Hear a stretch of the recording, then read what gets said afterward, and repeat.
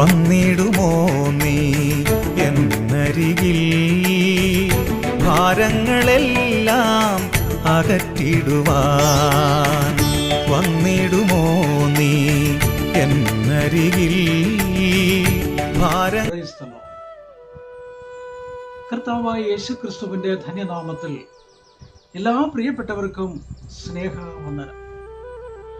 Emmanuel prayer മിഷന്റെ ഉറവ എന്ന ഈ പ്രോഗ്രാമിലേക്ക് ഏവർക്കും ഹാർദവമായ സ്വാഗതം. കർത്താവിൽ പ്രിയരെ, എല്ലാവരും സുഖമായിരിക്കുന്നു എന്ന് കരുതുകയാണ്. എല്ലാ പ്രിയപ്പെട്ടവരെയും ഓർത്തുകൊണ്ട് ഞങ്ങൾ പ്രാർത്ഥിക്കുന്നു. ഞങ്ങളുടെ പ്രാർത്ഥനകളിലൊക്കെയും എല്ലാവരെയും വഹിക്കുകയും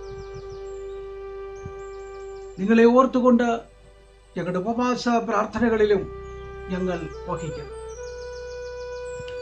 സംഭവങ്ങൾ കൊണ്ട് നിറഞ്ഞതായിരിക്കുന്ന ഒരു ലോകത്തിലാണ് നമ്മൾ ജീവിക്കുന്നത്. ഭയമുണ്ട്, ഭീതിയുണ്ട്, പല വിധത്തിലുള്ളതായിരിക്കുന്ന നിരാശപ്പെടുന്ന അനുഭവങ്ങളും ഉണ്ട്.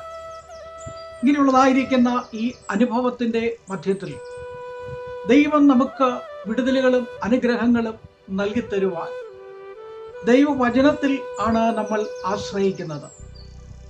ഈ ദൈവികമായിരിക്കുന്ന വചനം നമ്മുടെ ജീവിതത്തിൽ വലിയ ഒരു അനുഗ്രഹം തന്നെയാണ്. കഴിഞ്ഞ കാലങ്ങളിൽ നമ്മൾ ദൈവത്തെ അറിഞ്ഞവരും ദൈവത്തെ രുചിച്ചറിഞ്ഞവരും ദൈവികമായിരിക്കുന്ന അനുഭവത്തിൽ പ്രത്യാശയോടുകൂടെ ഇന്നും നിലനിൽക്കുന്നവരുമാണ്. അല്പസമയത്തെ ചിന്തകൾക്കായിട്ടൊരു തിരുവചന ഭാഗം ശ്രദ്ധയിൽ കൊണ്ടുവരുവാൻ കർത്താവിൽ താല്പര്യപ്പെടുകയാണ്. അതിനാധാരമായിട്ട് 34-ാം സങ്കീർത്തനം അതിന്റെ 8-ാമത്തെ വാക്യം, യഹോവ നല്ലവനെന്ന് രുചിച്ചറിവീൻ, അവനെ ശരണം പ്രാപിക്കുന്ന പുരുഷൻ ഭാഗ്യവാൻ. യഹോവ നല്ലവനെന്ന് രുചിച്ചറിവീൻ, അവനെ ശരണം പ്രാപിക്കുന്ന പുരുഷൻ ഭാഗ്യവാൻ. ഇവിടെ വായിച്ചതായിരിക്കുന്ന ഈ വേദഭാഗം അനേക പ്രാവശ്യങ്ങളിൽ അനേക ദൈവദാസന്മാരിലൂടെ നമ്മൾ വായിച്ച് കേൾക്കപ്പെട്ട ദൈവികമായ വചനമാണ്. ഈ വചനം നമ്മുടെ ജീവിതത്തിൽ എന്നും ഒരനുഗ്രഹമായും ഒരു വിടുതലായും നമുക്ക് കാണുവാൻ സാധിക്കുന്നുണ്ട്. അനേക സന്ദർഭങ്ങളിൽ പലപ്പോഴും ക്ഷീണിച്ചു പോകുന്ന വേളകളിൽ, തളർന്നു പോകുന്ന വേളകളിൽ നമുക്ക് ലഭിക്കപ്പെടുന്നതായിരിക്കുന്ന വചനം അത് നമ്മുടെ ജീവിതത്തിൽ അത് വലിയൊരു അനുഗ്രഹം തന്നെയാണ്.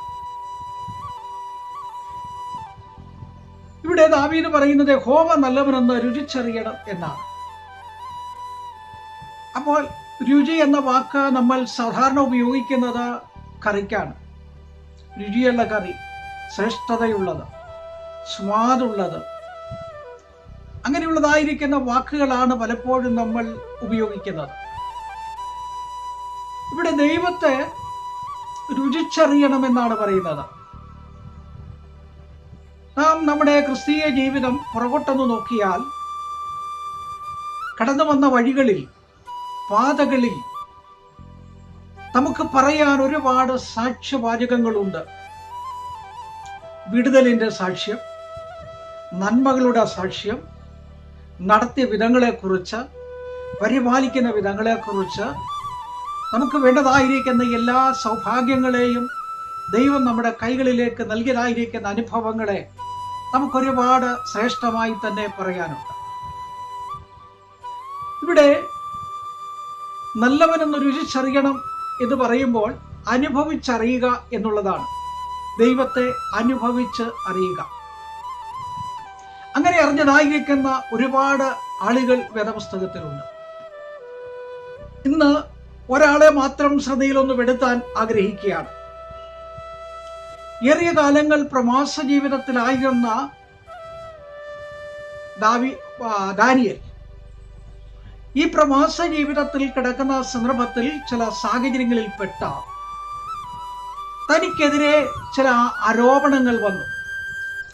തന്നെ ഇല്ലാതാക്കുവാൻ, തൻ്റെ ജോലി, തൻ്റെ ആരോഗ്യം, തൻ്റെ സമ്പത്ത്, തൻ്റെ ഉയർച്ചകൾ, തൻ്റെ പ്രതാപങ്ങൾ, തൻ്റെ പേര്, പ്രശസ്തി ഇതൊക്കെ തകർത്ത് കളയാൻ തക്കവണ്ണം ചില വ്യക്തികളുടെ ഗൂഢാലോചന അവിടെ നടക്കാനിടയായി.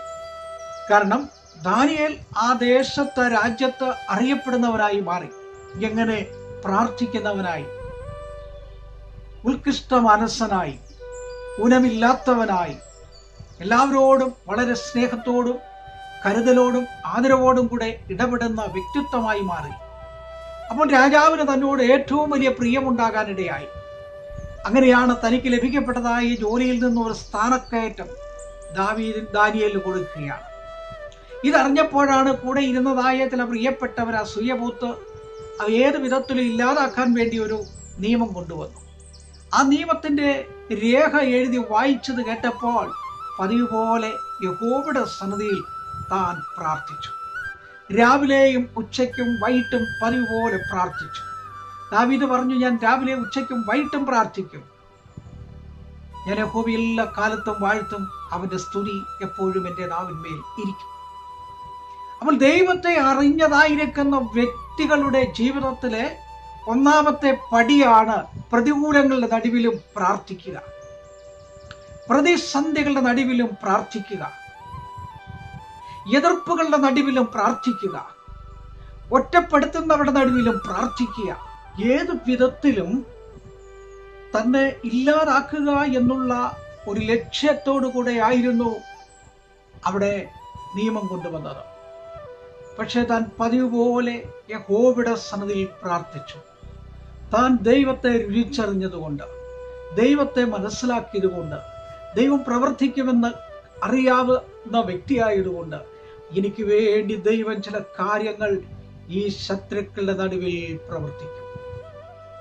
എന്നെ കേൾക്കുന്ന പ്രിയമുള്ള വാത്സല്യ മാതാപിതാക്കളെ, നമ്മുടെ ക്രിസ്തീയ ജീവിതത്തിൽ എത്രയോ സന്ദർഭങ്ങൾ, നമ്മൾ കടന്നുപോയ പാതകളിൽ, നമ്മുടെ ജോലി മേഖലകളിൽ, നമ്മുടെ കുടുംബ ബന്ധങ്ങളിൽ നമുക്ക് ചുറ്റും നിന്നുകൊണ്ട് ശത്രുക്കൾ അനവധിയായി പോരാടിയപ്പോൾ നമ്മെ വിടിവിക്കുവാൻ കഴിയുന്ന ഒരു ദൈവ സാന്നിധ്യം നമുക്ക് വേണ്ടി പ്രവർത്തിപ്പാൻ ഇടയായിത്തീർന്നു. അതുകൊണ്ട് നിങ്ങളുടെ ഹൃദയം കലങ്ങിപ്പോകരുത്. എന്നിലും എൻ്റെ പിതാവിലും വിശ്വസിപ്പീൻ. ദൈവജനം അതാണ് പറയുന്നത്, വിശ്വാസത്തോടു കൂടിയ പ്രാർത്ഥന ദീനക്കാരനെ സൗഖ്യമാക്കും. വിശ്വാസം എന്നതോ ആശിക്കുന്നതിന്റെ ഉറപ്പും കാണാത്ത കാര്യത്തിന്റെ നിശ്ചയവുമാണ്. അതുകൊണ്ട് ആ വിശ്വാസത്തോടുകൂടെ പ്രാർത്ഥിക്കുവാൻ, വിശ്വാസത്തോടുകൂടെ നിൽക്കുവാൻ ദൈവം തന്നെ കരങ്ങളെടുത്ത് ഉപയോഗിച്ചു. അങ്ങനെ പ്രാർത്ഥിച്ച് ദിനങ്ങൾ മുന്നോട്ട് കടന്നു പോകുമ്പോൾ ആ സമയമായി ദാനിയേലിനെ ആ ശിക്ഷ നടപടിയിലേക്ക് കൊണ്ടുവരുവാൻ ആഗ്രഹിച്ചു.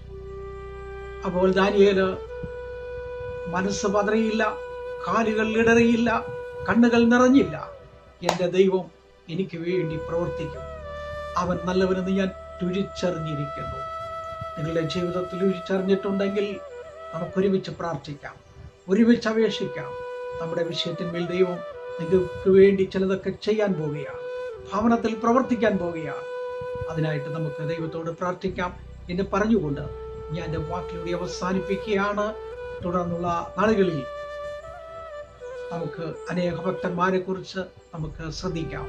ദൈവം കൂടുതലായിട്ട് അനുഗ്രഹിക്കട്ടെ. കരുണയുള്ള ദൈവമേ, സ്വർഗ്ഗസ്ഥ പിതാവേ, അനുഗ്രഹീതമായ നല്ല പകൽക്കാലത്തിനായി സ്തോത്രം.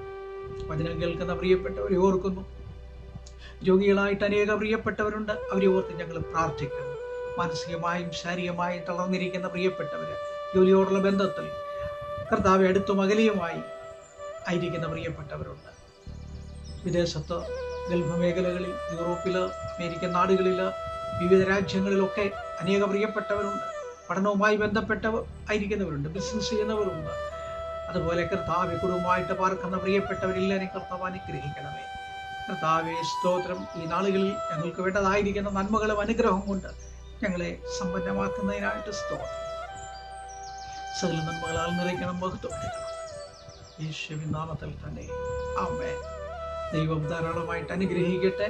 ഈ വചനങ്ങളാൽ ദൈവം നിങ്ങളെ ശക്തീകരിക്കട്ടെ.